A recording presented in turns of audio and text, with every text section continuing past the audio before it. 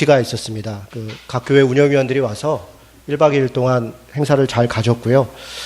우리 교회도 지금 건강한 작은교회 연합에 속해 있는데 건강한 작은교회 연합의 정신이나 방향이나 이런 부분에 대해서 조금 공감대가 좀 부족한 부분도 있습니다. 우리가 그렇게 속해 있는지를 알고 있지만 그게 어떤 의미를 가지고 있는지, 그래서 한번 시간을 내서 기회가 되면 우리가 우리 안에서도 좀 같이 대화하고 토론하고 또 건강한 작은교회 연합 일원으로서 우리 교회가 또 나갈 방향들도 다시 이야기가 좀 되면 좋겠다 싶고요.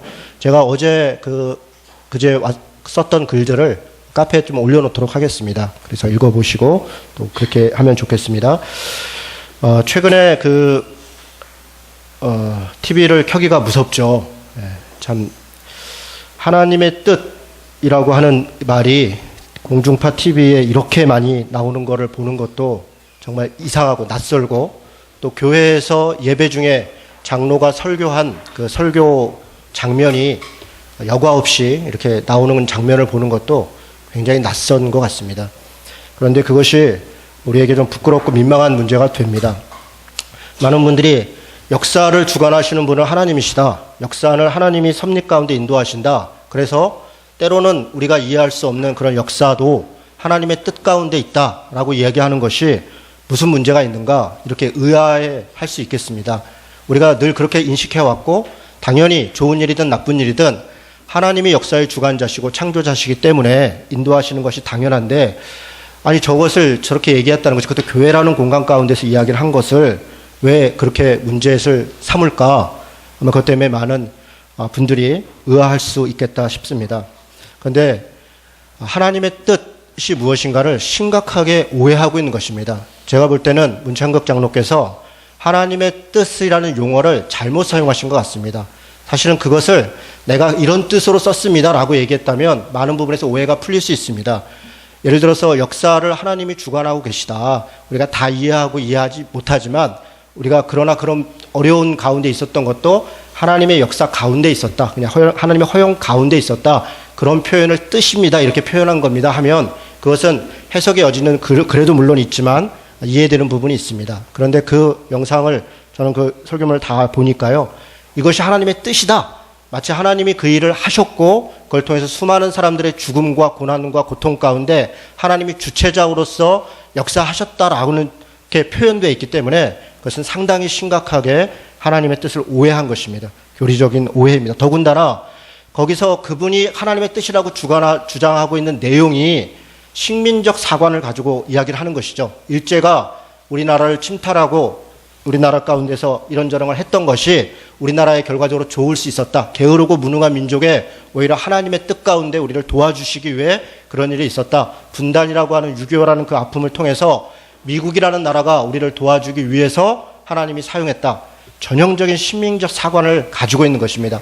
이런 대단히 잘못된 역사를 잘못 해석하고 역사를 잘못 적용한 것을 하나님의 뜻이다라고 이야기를 한 것은 장로로서 교리에 대한 이해가 부족한 것뿐 아니라 대한민국 국민으로서 또 대한민국 지식인으로서 역사적 인식이 천박하기 그지없는 것입니다.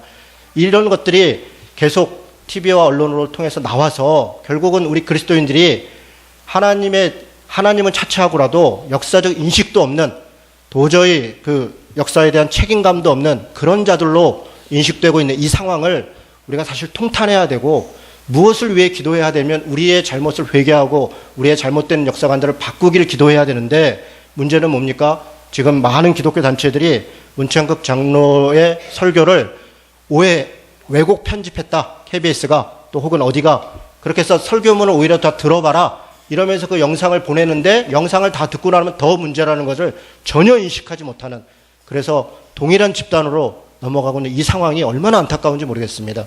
국무총리실 비서실 사이트가 있습니다. 가서 봤더니 나름대로 해명한다고 정말 조잡하게 팝업창을 올렸는데, 문창국 총리 후보자의 설교 내용을 잘못 오해했으니 풀 텍스트를 보십시오 하면서 온누리교회 수요 여성 예배 기타 이런데 설교문을 영상으로 올려놨는데 정말 뜨악합니다. 이런 일들을 우리가 보고 있는 것을 참으로 민망하게 생각해야 됩니다. 저는 문창국 장로가 총리 후보로 그대로 진행이 돼서 청문회에 들어가면 정말 우리의 엄청난 끔찍한 일이 기독교에 벌어질 것이다. 침몰을 당하는 일이 있을 것입니다. 일전에 TV에서 온노비 사건이라는 게 있었습니다. 온노비 사건에 몇 명의 권사들이 목사 사모가 이런 분들이 나와서 한 사람은 돈을 줬다, 한 사람은 안 받았다, 성경에 손을 대고 하나님에게 맹세하는데 나는 절대로 준 적이 없습니다. 하나님께 맹세하는데 나는 절대로 받은 적이 없습니다. 서로 주장을 하니까 당시 청문회를 했던 청문회 위원장이 도대체 하나님은 한 분인데 하나님 뜻이 왜 나누니까 똑바로 좀 얘기하십시오. 그렇게 얘기하는 것을 매일매일 TV에 방송하는 걸 보면서 얼마나 많은 사람들이 기독교는 상식도 없고 정말 예의도 없고 윤리도 없는 곳이다, 신앙을 갖기를 포기하고 기독교에 있는 것이 창피하다, 그것 때문에 많은 분들이 흔들렸는지 우리가 생생하게 기억하고 있습니다.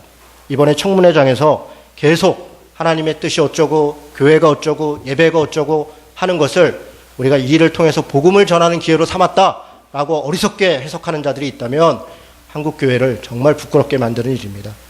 심각한 문제이고, 목회자들이 또 교회 장로가 잘못된 교리를 한 것에 대해서 우리가 통렬히 반성하고 사실은 교회에서 치리해야 될 문제이다, 그렇게 분명하게 말씀을 드립니다. 이와 관련해서 역시 역사, 섭리 이런 등등 이런 부분에 아마 정리가 안 되신 분들도 계실 줄 압니다. 그러나 분명히 말씀드리는 것은 하나님은 사람을, 인간에게 또 믿는 자든 믿지 않는 자들에게 고난과 고통을 주는 분이 아닙니다.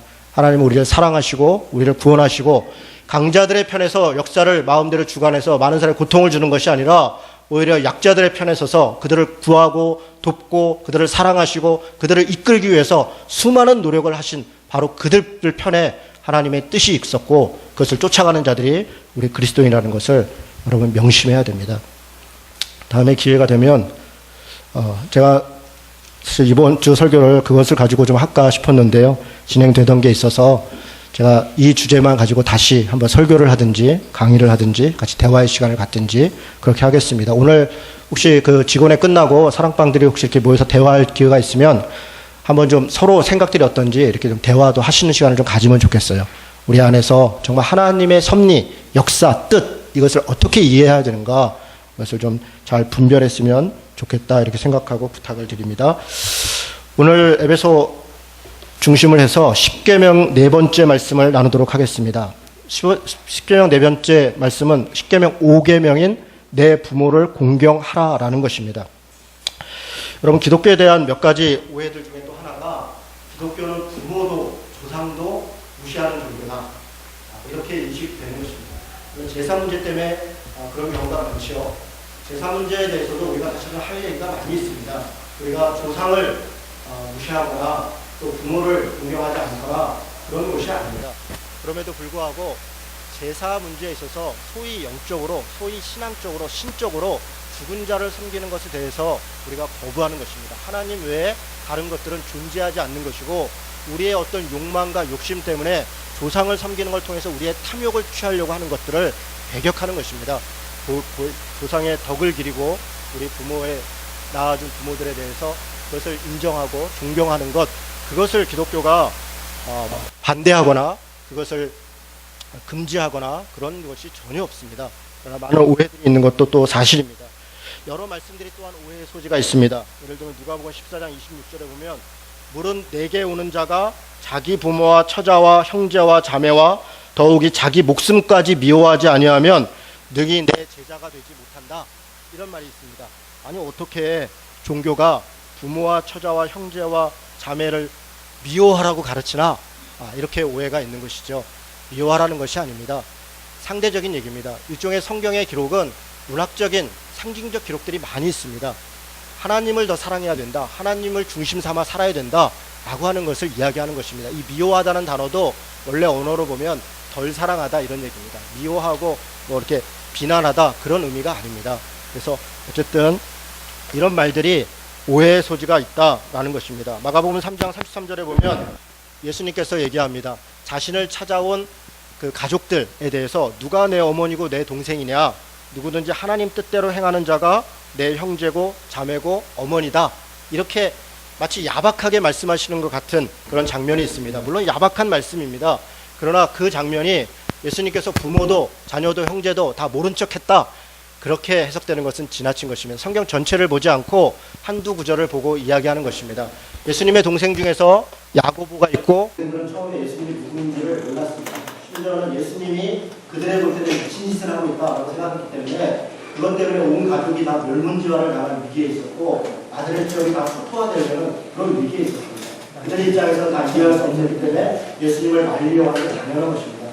그러나 그렇다고 해서 예수님이 자신의 사명을 포기할 수는 없었습니다. 그래서 하나님의 뜻대로 가는 자들이 내 형제로 자매라. 예수님의 길을 갖고 그리고 제 다른 동생들과 어머니를 모른 척한 게 아닙니다.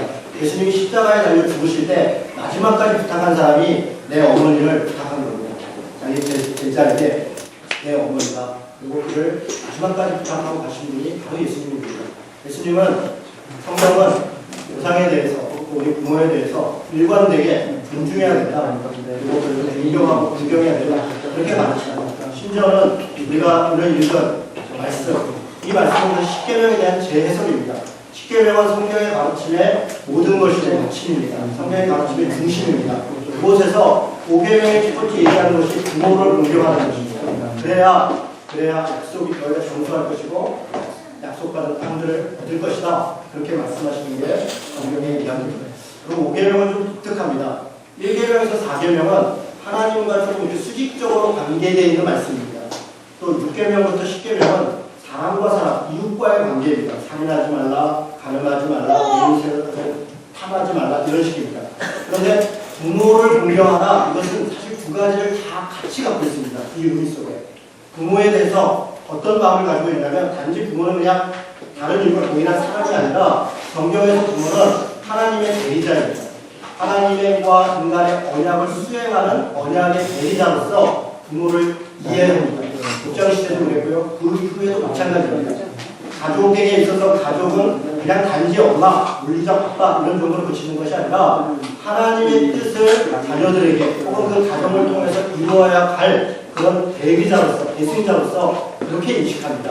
그래서 부모를 존경하라는 말씀에는 하나님에 대한 대리자로서의 존경을 가지고 있습니다. 또 인간으로서 단지 내 부모만 얘기하는 게 아니라 이 부모라고 하는 것은 어른을 얘기하는 겁니다. 전체적으로. 우리가 이 땅을 살아갈 때 우리의 앞서 살아가는 사람들을 존경하고 존중하고 살아가야 된다. 그것이 이웃과의 관계의 첫 시작이라는 것입니다.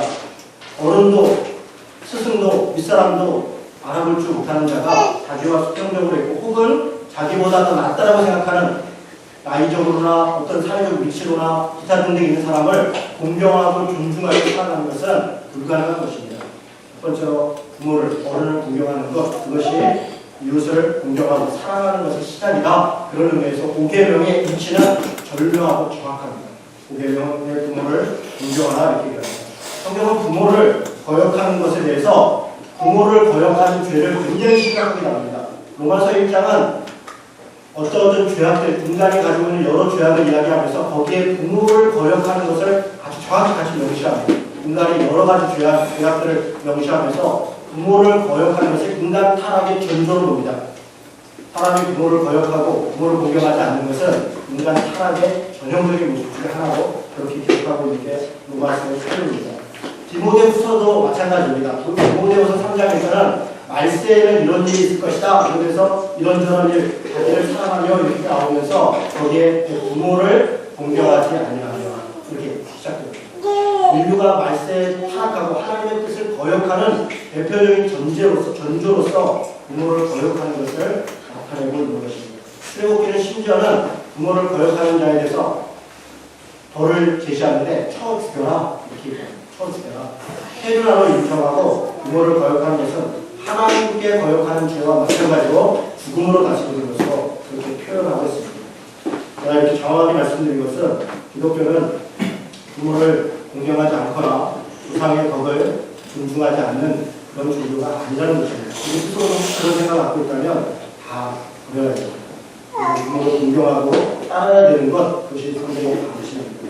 출애굽기 20장에 있는 10계명은 이렇게 얘기합니다. 내 부모를 공경하라. 그리하면 내 하나님 여호와가 내게 준 땅에서 내 생명이 길리라. 이렇게 얘기합니다. 신명기 5장은 그것을 그대로 받아가지고 옵니다. 그러면서 내 부모를 공경하라. 하나님께서 명령한 대로 이렇게 얘기해요. 명령한 대로, 여호와께서 명령한 대로 출애굽기를 받아가지고 온 겁니다. 부모를 공경하는 것은 하나님의 명령이다. 그리고 부모를 공경한 것에 대한 결론은 뭐냐면 내게 준 땅에서 내 생명이 될 것이다. 여러분 이게 좀 특이합니다. 아니, 부모를 공경하는데 왜 땅 얘기가 나오고 그리고 여기서 무슨 목숨 얘기가 나올까 이렇게 생각됩니다. 바로 이것을 재해석한 게 에베소서 6장입니다. 에베소서 오늘 6장 한번 보겠습니다. 6장은 이렇게 됩니다. 자녀들아 그 안에서 너희 부모에게 순종하라. 이것이 옳으니라. 그러면서 뭐라고 얘기하냐면 2절입니다. 같이 읽겠습니다. 시작. 내 아버지와 어머니를 공경하라. 속 있는 첫 계명이니 이로써 내가 잘되고 땅에서 장수하리라. 여기 아주 특이한 표현이 하나 있습니다. 부모를 공경하라. 이것은 약속 있는 첫 계명이다. 이렇게 되어 있습니다. 여러분 이게 무슨 의미일까요? 왜 부모를 공경하는 게 약속 있는 첫 계명입니까? 우리가 알다시피 하나님 앞에 첫 계명은 10계명의 1계명입니다. 나 외에 다른 신이 내게 있게 말지니라. 하나님만 섬겨라. 이것이 첫 계명입니다. 그런데 지금 여기서는 왜 부모를 공경하라를 약속 있는 첫 계명이라고 이야기했을까요? 이것은 10계명의 계명을 이야기하는 게 아니기 때문에 그렇습니다. 왜 부모를 공경하는 것을 약속 있는 첫 계명이라고 얘기하냐면 이건 아브라함 때로 돌아가야 됩니다. 아브라함과 하나님이 언약을 맺습니다. 그리고 하나님은 아브라함에게 약속을 합니다. 네가 이렇게 저렇게 내게 약속한 것을 지키면 그 약속은 뭐냐면 너에게 수많은 자녀를 줄 것이다. 또 하나 약속한 땅을 내게 줄 것이다. 이게 아브라함과 하나님께서 맺은 약속입니다. 하나님께서 아브라함에게 하나님의 백성으로서 너가 이렇게 저렇게 살면 약속한 건 두 가지입니다. 자녀를 줄 것이다. 땅을 줄 것이다.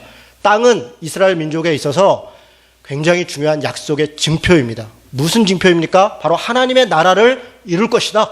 너를 통해서 하나님 나라를 이룰 것이다. 그것이 땅의 명령입니다. 여호수아서는 가나안 땅을 정복하는 그 약속, 그 땅을 이루는 것에 대한 약속의 완성을 기록한 것입니다. 그리고 나서 여호수아는 백성들에게 땅을 나누어 줍니다. 땅을 어떻게 나눠줍니까? 지파별로 나눠주고 가족별로 나눠줍니다. 그들에게 나누어준 땅은 그들에게 단지 그냥 먹고 사는 일에만 있는 것이 아니라 하나님과 앞에서 약속의 증표입니다. 약속의 증표로 하나님은 무엇을 주신 것입니까? 기업을 주신 것입니다. 기업이라는 말이 뭡니까? 일할 거리를 줬다. 먹고 살 거리를 줬다. 그것을 통해서 자신도 먹고 다른 사람도 섬기고 그럴 것을 준 것이 바로 땅입니다. 부모를 공경하라. 그래야 하면 땅을 줄 것이다. 약속 있는 첫 계명이다. 라고 이야기하는 것은 부모로부터 그 땅은 단지 그것으로 끝나는 것이 아니라 부모가 받은 땅은 자녀에게 물려주게 되어 있습니다.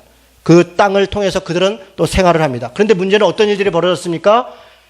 이스라엘이 역사가 가면서 어떤 사람은 좀 게으른 사람이 나고 어떤 사람은 태어나다 보니까 장애를 갖고 태어났고 어떤 사람은 또 능력이 있고 그러다 보니까 하나님 앞에서 동등하게 자기의 땅을 갖고 살아가야 될 존재들이 남의 땅을 뺏어옵니다. 혹은 자기가 먹고 살려고 자기 땅을 팝니다. 자기 땅만 파는 게 아니라 자기 자녀도 팝니다. 그래서 하나님 앞에서 약속으로 받은 기업을 잃어버리는 것입니다. 부모로부터 물려받은 땅, 그 약속의 기업을 잃어버리는 것, 이것은 사실 인간 나라로 돌아가는 하나님 중심으로 살아가지 않고 인간의 나라, 그 야육강식과 더 힘 있는 사람이 힘없는 것을 빼앗고 그것을 정당화하는 삶을 살아가는 것으로 대한 부패입니다. 하나님은 이것을 역전시키려고 합니다. 역전시킵니다. 다시 창조의 정신으로 회복시킵니다. 그것이 안식일이고 안식년이고 희년이고 그렇습니다. 그래서 땅을 돌려주고 노예된 자들을 해방시켜주고 그래서 가난이 되물림되지 않도록 하는 것입니다. 50년이라고 하는 것은 한 세대를 의미하는 것입니다.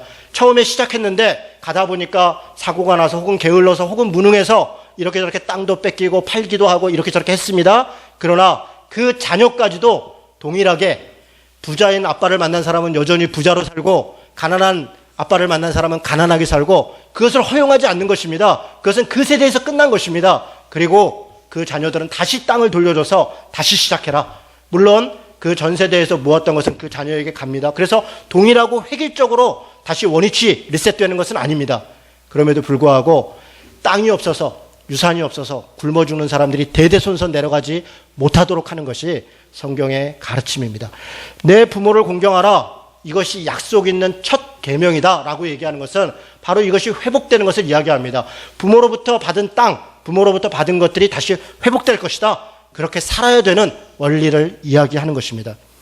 여러분 제가 뭐 이렇게 저렇게 장황하게 설명을 드렸는데 이것이 어떻게 이해가 됐는지 잘 모르겠습니다. 에베소서는 지금 약속 있는 첫 계명이다라는 의미가 정확히 그런 의미입니다. 부모를 공경하는 것이 하나님과 맺은 그 약속으로부터 그래서 받은 땅을 다시 회복할 것이다. 그러니 너희가 부모를 공경하라. 부모를 공경하는 것은 인간적인 공경만 이야기하는 것이 아닙니다. 하나님께 받은 약속을 수행해야 된다는 것을 의미하는 것입니다.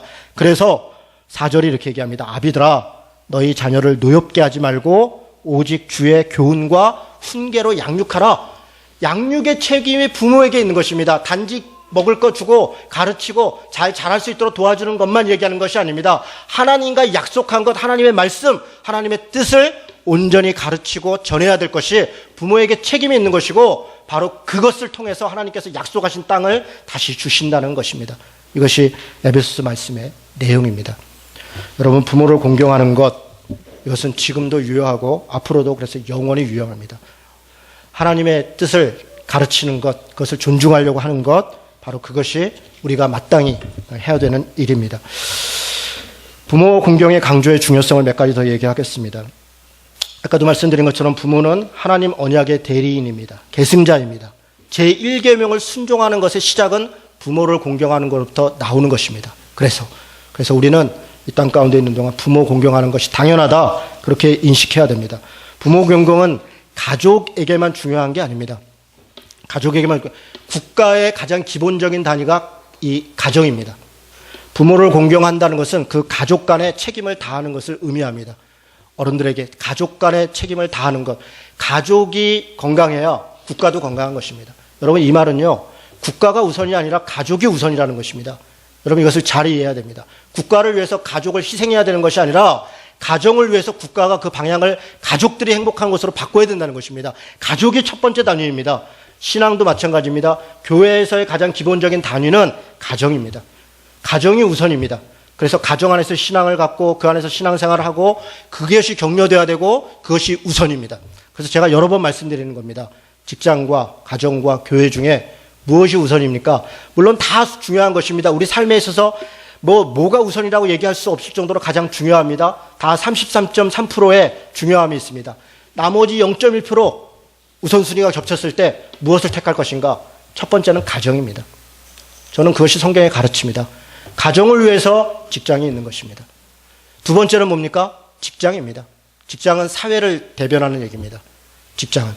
물론 불의하고 부당한 것에 순종하라, 그런 이야기는 아닙니다. 왜 교회를 다닙니까?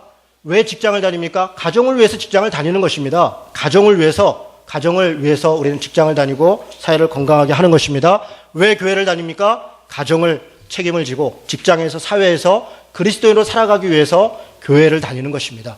여러분, 그 우선순위를 명확하게 인식해야 됩니다. 교회가 우선이다, 다 포기하고 교회에서 신앙생활하면 천국 간다, 전혀 그렇지 않습니다. 전혀 그렇지 않습니다. 여러분, 주일날 혹시 가정에 정말 내가 꼭 가야 되고 도와야 될 일이 있으면 가십시오. 사회에 정말 도와야 되고 일이 있으면 하십시오. 그것이 하나님의 패한 것입니다. 안식일을 범한 것입니까? 아니요, 그렇지 않습니다. 전혀 그렇지 않습니다. 하나님의 일을 한 것입니다. 하나님의 일을 하고 하나님의 사람들로 살아가는 것이 중요한 것이지 율법을 지키고 형식을 지키는 것, 그것이 우리에게 중요한 것이 아닙니다. 여러분, 이것을 명심하시기 바랍니다. 부모 공경은 가족의 일원의 책임을 다한다는 것이다, 이렇게 그래서 말씀을 드리는 것입니다. 부모를 공경한다는 것은 어떻게 하는 것일까요? 여러분, 이 부모를 공경한다는 단어는 영어로 하면 honor입니다. 명예를 지켜준다는 거예요. 명예. 부모의 명예를 지켜준다. 그래서 하나님께 영광을 돌린다라는 것과 이 명예를 지킨다는 게 같은 단어입니다. 영광은 하나님을 영광스럽게 하다. 그 이름을 욕되게 하지 않는다. 그 이름을 망령되이 일컫지 않는다. 내 유익을 위해서 사용하지 않는다. 그래서 하나님만 믿고 가는 것이다. 그게 영광을 돌리는 것입니다. 부모를 공경한다는 것도 그런 것입니다. 부모를 공경한다는 것은 그의 명예를 존중하는 것입니다. 그의 생각을 존중하는 것입니다. 부모를 함부로 표현하지 않는 것, 그건 우리 민족의 중요한 그리고 바른 그런 역사이고 전통입니다. 그것은 대단히 중요합니다. 어떻게 명예를 지켜드릴까요? 어떻게? 부모의 틀리지 않은, 하나님 말씀에 어긋나지 않은 그런 것에 대해서는 반드시 순종하고 따라야 합니다. 하나님 말씀에 틀리면요, 순종할 수 없지요. 그렇다고 해서 그것을 부모에 대한 책임을 다하지 않는 것인가? 그렇지 않습니다. 부모에 대해서 반드시 책임을 다하고 그리고 예의를 갖춰서 그렇게 못하는 것에 대해서 늘 죄송스럽게 생각하고 그렇게 설득해 나가야 됩니다. 부모를 하나님의 뜻과 다르지 않다고 해서 부모를 함부로 대하는 것 전혀 성경의 가르침이 아닙니다. 부모를 명예를 지키는 것 중에 쉽게 하나 더 말씀드리면 부모의 경제적 책임을 감당하는 것입니다. 부모의 경제적 책임을. 자녀들이 어렸을 때는 부모가 자녀의 경제적 책임을 졌습니다. 부모가 경제적 책임이 없을 때 자녀들이 부모의 경제적 책임을 지는 것은 당연합니다. 모든 것을 다 져야 되는가? 자녀만 져야 되나? 여러분 조금 더 넓게 얘기하면 사실은 사회가 져야 됩니다. 국가가 져야 되는 것입니다. 우리의 모든 그 복지는 서로 지는 겁니다. 한 가정은 가족대로, 그래서 실력이 없고 능력이 없고 혹은 여러 가지 상황이 안 좋은 데는 굶어 죽어도 되고 더 많은 데는 그냥 더 많이 누려도 되고 그런 것이 아닙니다. 국가는 서로에 대한 책임, 국가 안에 속해 있는 모든 사람들은 서로를 책임지고 서로를 격려하고 해야 되는 책임을 공공으로 갖습니다. 그러나 국가만 책임져야 된다라고 하면서 자녀가 또 져야 될 의무를 다하지 않는 것은 굉장히 어리석은 일입니다. 제가 우리 젊은 청년들이 저한테 결혼할 때 주례를 해 주십시오 하면 제가 3번 따로 만나서 교육을 합니다. 주례하기 전에 여러 가지 이야기를 하는데 그 중에 하나 이런 얘기를 합니다. 부모를 공경해야 된다. 간단하게 이렇게 얘기하겠다. 결혼하면 다음 날부터 바로 부모님께 용돈을 드려라. 생활비까지는 못 드려도 부모님이 돈이 훨씬 많은데요. 그건 부모님이 알아서 할 일이다. 5만 원이 됐든 10만 원이 됐든 네가 여건이 되면 20만 원이 됐든 100만 원이 됐든 반드시 이체를 시켜라. 그것이 너의 책임이다. 돈을 보내지 않고 공경한다는 것은 거짓말이다. 지금 시대에 그렇습니다. 아무리 어려워도 낼 돈은 마치 여러분들 우리 일반적으로 신앙생활 할 때 월급 타면 11조부터 딱 떼는 것처럼 내게 돈이 생기면 부모 목부터 떼는 겁니다. 부모 목부터. 그래서 그거는 내 돈이 아닌 거예요. 내 돈이 아닌 겁니다. 내 돈이 아닌 것을 내 것으로 쓰고 있는 것일 뿐인 것입니다. 부모에게 양가 다 마찬가지입니다. 5만 원이 됐든 10만 원이 됐든 뭐가 됐든 책임을 집니다. 그리고 그것은 여건이 더 좋아질수록 더 늘려가야 됩니다. 더 늘려가야 됩니다. 그래서 부모에 대한 경제적 책임을 다하려고 해야 됩니다. 마가복음 7장에 보면 엉뚱한 일이 하나 있습니다. 예수님께서 바리새인들과 논쟁을 하면서 너희들이 계명은 쫓아가지만 하나님의 말씀을 무시하고 있다. 장로들의 유전, 장로의 전통, 장로의 율법은 따르면서 정말 본질적인 하나님의 말씀을 거부하고 있다라고 하는 아주 엄하게 야단치는 장면이 있습니다. 그 이야기는 이렇게 시작됩니다. 안식일에 예수님의 제자들이 배가 고프니까 밀밭에서 손도 안 씻고 뭘 먹었습니다. 그랬더니 바리새인들이 와가지고 당신 제자들은 왜 이렇게 예의도 없고 더럽습니까? 안식일에 그런 걸 따먹으면 안 될 뿐 아니라 손도 씻지 않고 그 더러운 걸 먹으니 하나님의 성전인 이 속에 어떻게 되겠습니까? 이런 식의 이야기입니다. 하나님께 얘기합니다. 속으로 들어가는 게 더러운 게 아니라 속에서 나오는 게 더러운 것이다. 장로들의 전통은 지키면서 하나님 말씀을 지키지 않는다. 그러면서 예를 뭘 드냐면 고르반이라는 것을 듭니다. 자, 무슨 얘기입니까? 고르반이라고 하는 얘기는 하나님께 드렸다, 하나님께 제물을 바쳤다라고 하는 말입니다. 고르반한 것은 하나님께 제사를 드릴 때 하나님께 제물로 가져와서 고르반한 것은 누구도 손댈 수가 없습니다. 그것은 제사장만이 손대서 율법에 따라서 필요한 것에 쓰게 되어 있습니다. 제사장 목도 있고 백성들과 나눠야 되는 것들도 있습니다. 하나님께 드려진 것, 고르반된 것은 하나님의 것입니다. 손대서는 안 됩니다. 그런데 그래서 어떤 전통이 생겼냐면 고르반하는 것은 건들 수 없다. 내가 하나님께 드리기로 작정한 것, 하나님께 드리겠다. 이것을 고르반하겠다라고 한 것은 누구도 그것을 건드릴 수는 없다. 이런 전통이 생겼습니다. 그런데 이런 일이 벌어집니다. 자녀가 부모를 봉양해야 될 책임이 있습니다. 지금보다 더 엄격하게 했어요. 그때는 지금보다 훨씬 더 부모, 이 가족 단위의 책임이 훨씬 더 강할 때입니다. 그런데 부모를 공경해야 되는데 내 재산이 아까운 거예요. 부모하고 사이가 안 좋을 수도 있겠습니다. 부모가 책임을 다 안 했을 수도 있겠습니다. 뭐 어떤 이유도 있을 수 있겠습니다. 하다 더 이상 못할 가능성도 있겠습니다. 꾀를 냅니다. 내 재산은 고르반한 것입니다. 이렇게 선언해요. 사람들한테. 내 재산은 다 하나님께 바쳤습니다. 그럼 사람들이 그 순간 그것은 더 이상 누구도 손댈 수 없고 누구한테 줘서는 안 돼요. 근데 여기에 함정이 있습니다. 자기는 쓰는 거예요. 자기는 씁니다. 갖다 주지 않고 자기는 씁니다.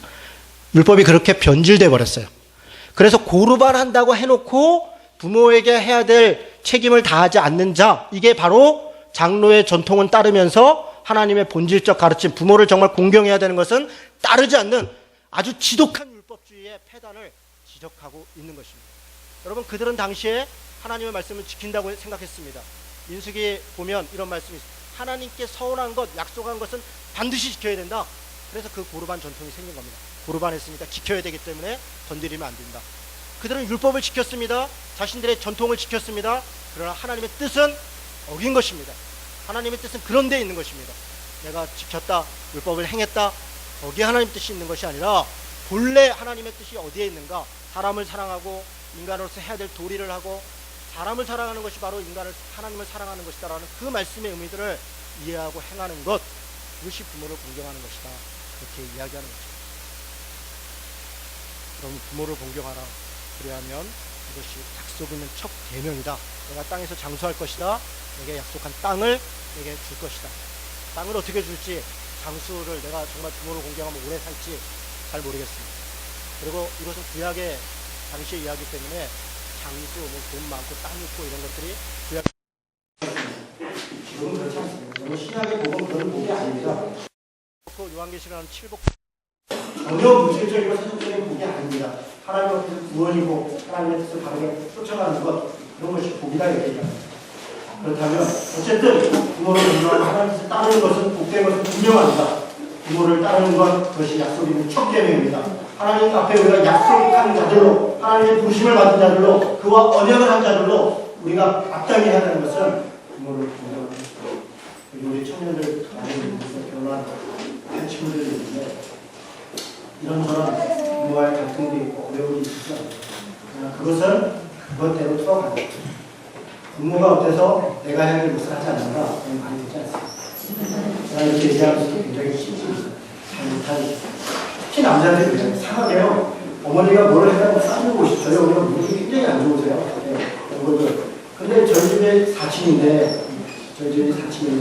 대단 엘리베이터가 없는 집이라 4층이에요. 어머니가 이제 곳에 사셨는데 제가 한번 올 때마다 뭐 싸들고 오세요. 본인이 힘이 드니까 못 들고 오시니까 부르마를 끌고 오세요. 김치도 싸우고 모두 싸우고 그러죠. 또 얼마나 고마워요. 어머니가 힘이 근데 그게 이제 어머니를 줬다는 생각은 이거 왜 가져와? 정말 야 어머니를 미치겠으면 어머니가 무슨 죄인 된 것처럼 제가 노래를 하는 게 잘했다는 게 아니에요. 그렇다고 다 했어. 어머니가 또 죄인이 돼요. 갖다 준다고 갖고 가놓고 아들한테 한 줄 주고 그게 부모입니다. 그런 일들도 남자들도 어머니한테 잘한다고 하는 거예요. 지난번에 지금 충주에 저희 어머니 내려오시잖아요. 한번 올라오셨는데요. 우리 교회 교인들 준다고 사과를 조그마한 거를 저는 조그마한 거 제가 양쪽으로 드니까 들 수가 없을 정도를 그걸 고속버스를 다 갖고 오신 거예요. 지난번에 우리 한번 사과 오고 기분이 나는데 인천성이라고 모시러 갔다가 막 얼마나 신경이 났는지 막 뭐라고 했는데 안 그러면 좋겠는데 그러지 어머니가 고치려고 노력하고 있습니다. 고치려고 강의하고 유료도 하고 하는데 제가 이렇게 말씀드리는 거 제가 잘했다 하는 게 아니라 남자들은 대체로 그렇습니다. 바꿔보자는 말씀입니다. 말 한마디를 따뜻하게 하고 표현도 하고 기도하는 거에 고맙다고 하고 그리고 이해해야 될 것을 잘 하는 것 이것이 성향의 방식이고 단지 내 부모에게만 아니라 이 사회에 있는 어른들에게 우리가 마땅히 감당해야 될 사회적 모습을 감당하는 그것이 쉽게 내 가르침을 따르는 우리들의 모습 되기를 주님의 이름으로 축원합니다. 네. 같이 기도하도록 하겠습니다.